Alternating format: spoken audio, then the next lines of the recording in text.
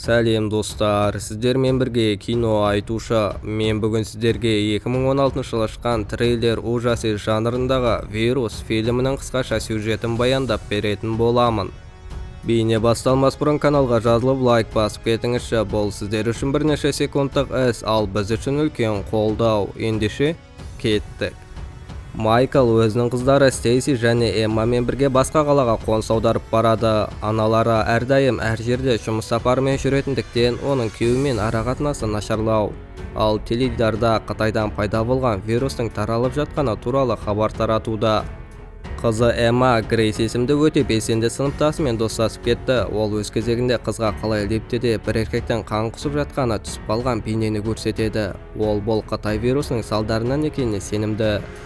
Олардың әңгімесін Эван үзеді. Ол Эмманың бөлмесіне қағазды ұшақты тастап, ол терезеге қарау үшін. Олар көрші тұрады. Оның үстіне қызға жігіт ұнайтындықтан оның қасына жетуге асығады. Олардың қасына келген Эванның өгей әкесі Билл баласына бірқатар әзіл айтады. Ұяттан жерге кірердей қылып, ыңғайсыз сәтті дұрыстайын деген Эмма жігіттің бетінен сүйіп алады. Үйіне оралғасын әкесінің анасымен арақатынасына қызығушылық танытуда. Бірақ Майкл тікелей жауап бергісі келмейді. Келесі күні сабақта Майкл оқушыларға таралып жатқан вирус жайлы баяндап беруде. Алдындары ол ғалым доктор болып жұмыс істеген, алайда оны жұмыстан шығарып жібергендіктен енді қарапайым мұғалім болып жұмыс істеуге мәжбүр. Сабақ барысында Грейстің жағдайы нашарлай түседі. Жөтеліп жіберген ол қанның іздері бар алақанына қорқынышпен қарайды. Қыз сыныптан жүгіріп шығып кетеді, ал Эмма артынан. Ол құрбысын асфальтта жатқан жерінен тауып алды. Жағдайы мүлдем нашарлап кеткен қыз дірілдеуде. Қандай да бір жігіт өз көмегін ұсынып келгенде, Эмма оны қызбен қалдырып, өзі дәрігерді шақыруға жүгіріп кетеді. Қыз кете салыспай Грейс аузын ашып, жігіттің бетіне қанды сұйықтықты құсады. Кейінірек қалай дәрігердің Эмманы тексеріп жатқанын көреміз, өйткені ол ауру жұқтырған қызбен байланысқа түсті ғой. Эмма көкейінде жүрген сұрақты қоюда, Грейс қалай ауруды жұқтырып алуы мүмкін деген. Барлық сабақты тоқтатып қалаға кірер және шығар жолдарды жауып тастады. Әйелінің әуежайда бірде-бір таксисті таба алмай жатқанын естіген Майкл әйелінің артынан аттанады. Ал қыздардың үйіне дейін көршілері Томми мырза жеткізіп салды. Осылай қалада төтенше жағдай жариялайды. Инфекцияның ары қарайға таралуына жол бермеу үшін қалаға ешкімді кіргізбейді және шығармайды. Әуежайға барар жолда жабық. Сондықтан да Майкл өз әйелін алып қайта алмайды, тіпті өзі де үйге қайта алмайды. Қыздарына қоңырау шалған ол қалай ата-анасының көмегінсіз өз-өздерін ұстауды үйретеді. Стейси карантин жариялағанына өте қуанышты, өйткені оның жігіті пайда болған. Енді ол Ситимен көңілді уақыт өткізе алады. Кешке таман жігітті келіп олар бөлектенеді. Ал Эмма Грейсидің парақшасын оқуда, қандай да бір жаңалықты білу үшін. Қыз ауыр жағдайда ауруханада жатыр екен. Таңға таман үй алдынан 2 қорапты тауып алады. Бұл қала билігі гуманитарлық көмек қалдырған. Ішінде сақтандыруға арналған заттар, дәрілер және аптаға жетерлік тағам. Стейси жігітімен бірге Эмманың қарсылығына қарамастан кешке аттанады. Өзінің телефонына қараған ол Стейсидің өз атынан Эванды да кешке шақырғанын байқайды. Жігіт баруға келісіпті. Осыдан кейін Эмма да онда барайын деп шешеді. Жиналған жасөспірімдер айналасында орын алып жатқан мәселеге маңызды деп қабылдамай, ешқандай уайымсыз көңіл көтеріп әлек. Жастар арасында Генри Кит те бар. Сол күні Грейс бетіне қанды түкіріп жіберген жігіт. Жігіттің өңі солып кеткен, сондықтан да айналасына жалтақтаумен жүр. Қызды бөлек бөлмеге алып кеткен Эван оған өз сезімін білдіреді. Осылай екеуінің арасында алғашқы сүйісу орын алады, бірақ оларды дәліздегі шу тоқтатады. Сөйтсе бол жігіттің басқа біреумен ұстап болған Стейси екен. Оны жұбатайын деген Эмма артынан жүгіреді. Осы сәтте төменде қорқынышты нәрсе орын ала бастайды. Генри жасөспірімдерді жан-жаққа лақтыруда, мысық секілді. Әпкелілер тығыла алып бұл сұмдықтың бәрін тасадан бақылайды. Аурудан жынды бола бастаған Генри оларды тауып алды. Оның тілі ұзарған, ал көзқарасы бос. Ол өзінің қанын Стейсиге түкіріп үлгерді. Сосын ғана Эван оны есінен тандырады. Үйіне оралып үстіндегі қанды сұйықтықты кетіруге тырысуда. Оның бойын қорқыныш билей бастайды, өйткені жаңалықтардан ауру жұқтырғандардың ауруханалардан жоғалып жатқаны туралы хабарлауда. Таңға таман үйлеріне арнайы бригада келіп, әпкелдерге тексеру жүргізе бастайды.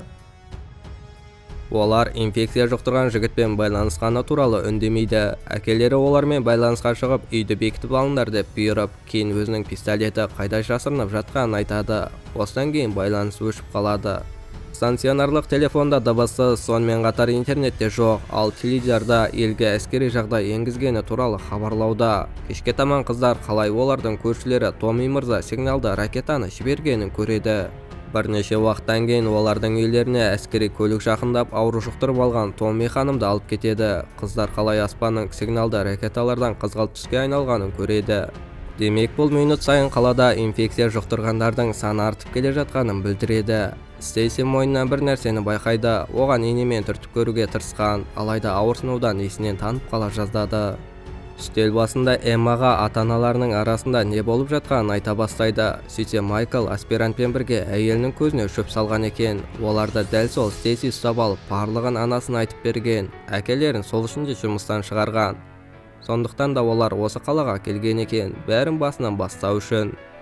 Эммаға бұны айтпау туралы шешім қабылдапты, оның жасөспірімдік психикасын бұзбас үшін. Олар есіктің қағысын естиді. Ішке басып кірген Эван қорыққаннан есікті ұстап тұр.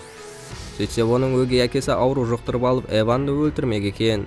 Маска киіп жарықты сөндірген жастар үнсіз тұр. Еркек терезе арқылы секіріп кіргенде барлығы бір орында қатып қалады. Биллдің құлағынан қара құрт та шығады, оның көру қабілеті ретінде жұмыс істейтін. Ол Эммаға жақындап келеді. Бірақ Стейси Эммаға шабуылдамасалдан оған атып үлгереді, ал өзі бірнеше секундтан кейін жерге құлайды, қан жөтеліп. Үйлеріне тексеріс келмес үшін олар қақпаға үйде ешкім өмір сүрмейтінін білдіретін белгі қалдырады. Ал Стейсидің бөлмесі ағаштармен қағылған. Стейси сен мені тастап қаш деуде, бірақ Эмма бауырын тастап кете алмайды. Әкесінің кітаптарының арасынан қалай паразитті адамның денесінен алу туралы ақпаратты іздей бастайды. Ол Стейсиді оның денесінен еніп алған паразиттен құтқарғысы келеді. Эмма өзінің уайымдарын айта бастағанда жігіті оны жұбатады. Мен сенің қалыңды жақсы түсінемін, өйткені мен де бостан бірнеше жыл алдын өзімнің жақын адамым, анамнан айырылдым деп. Олар құшақтасып отырғандарында үйге Стейсидің жігіті Сити кіреді. Ол қағылған есікті ашып көрмек.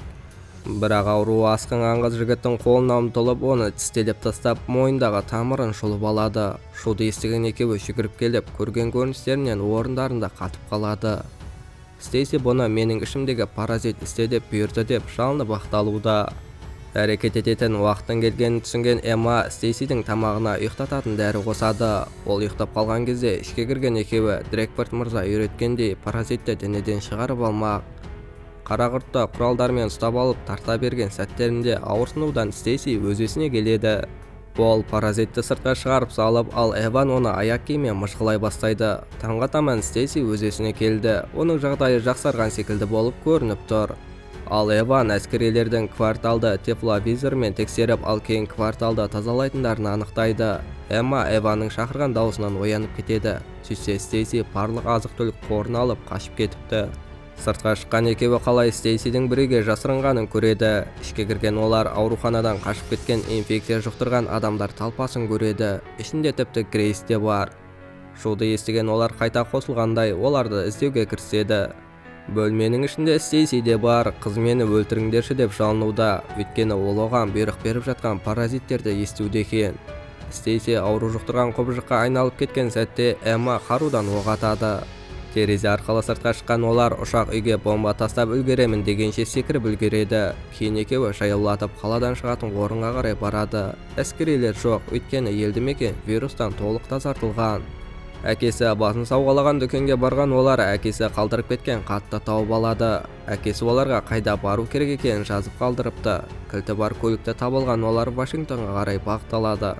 Оларды онда отбасылары күтіп отыр. Демек, толығымен қауіпсіздікте болады. Егер осындай видеоларды жиі көріңіз келсе, каналға жазылып, лайк басуды ұмытпаңыз, қоңыраушаны қосып қойыңыз. Сіздермен бірге болған кино айтушы.